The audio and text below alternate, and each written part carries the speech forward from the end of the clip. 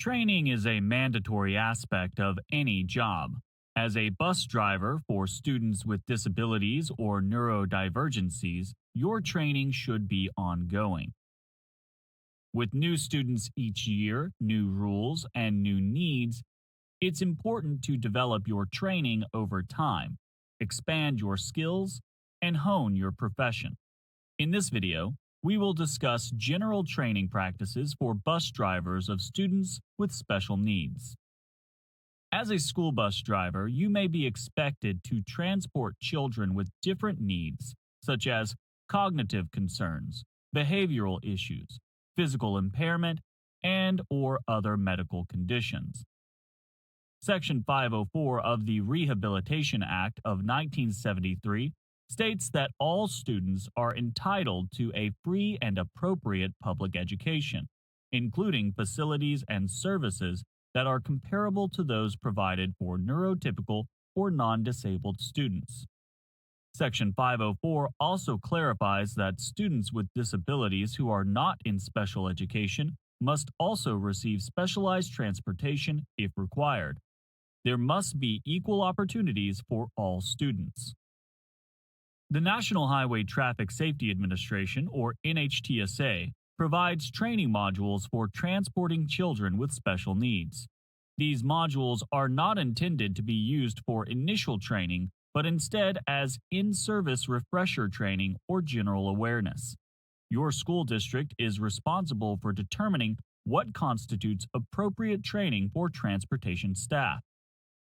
The transportation staff training guidelines may include the following: loading and unloading procedures, including how to use any equipment that may be required, curb-to-curb pickup and drop-off, evacuation procedures, lifting procedures, student accountability and observation, including how to determine evidence of abuse or neglect, post-trip vehicle interior inspections for students' medicine or other articles left prior to parking the vehicle, reporting procedures and report writing, record keeping, lines of responsibility relative to the role of the educational team member, lines of communication, including with the parents and educational staff, route management, including medical emergencies, situations where there is no adult at home, inclement weather, field trips, etc.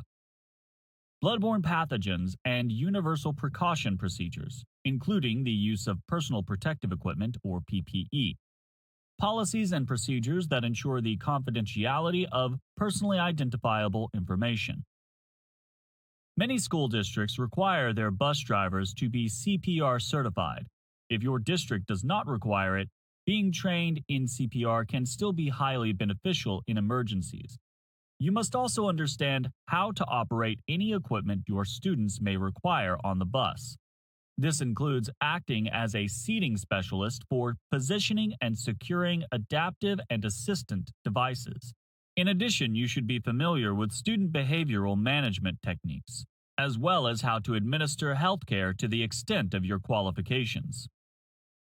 Specialized equipment you must know how to operate may include power lifts or ramps, emergency escape exits, including doors, windows, and roof hatches, special fire suppression systems, power cutoff switches, emergency communication systems, air conditioning systems, mobile seating devices including trays and accessories, securement system hardware, and occupant securement systems.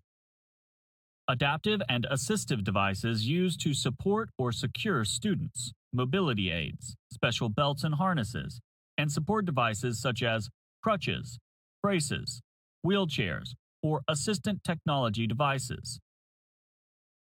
As a bus driver for students with special needs or disabilities, you will most likely have a bus aide or attendant to assist in loading, unloading, and student management, so that you can focus more on driving and staying safe on the road.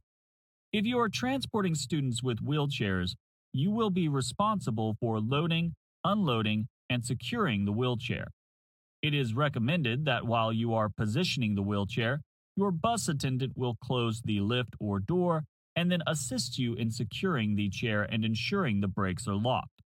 Remember that the student's back should be facing the bus when loading onto a lift. In addition to regulatory device operation training, you must also receive certain medical training. This can include precautionary handling and/or care and intervention training. With schools becoming more accommodating for students with disabilities, bus drivers are finding it necessary to provide both routine and emergency healthcare to students during transportation.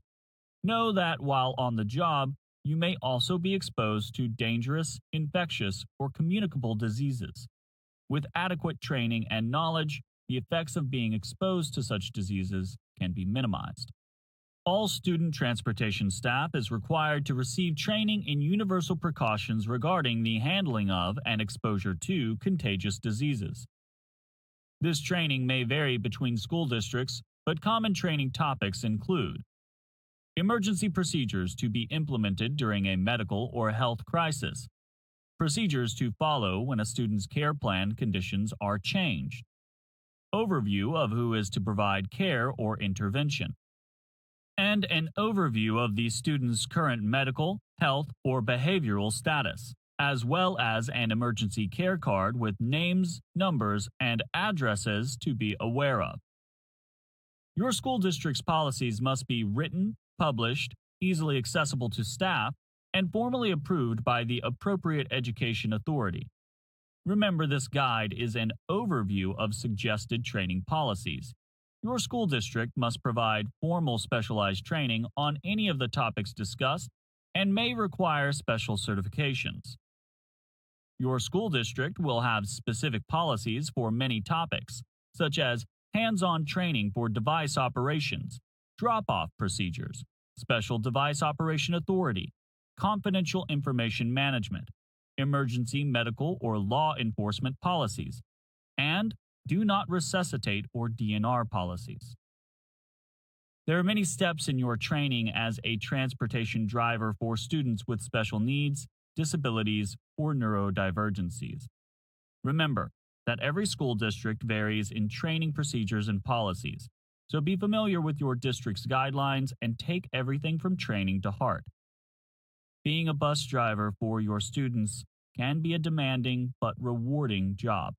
You are better able to transport and connect with your students by sharing a passion for equal education opportunities. Know your district's training guidelines by heart. Foster a safe and positive environment for your students, and remember to always prioritize their safety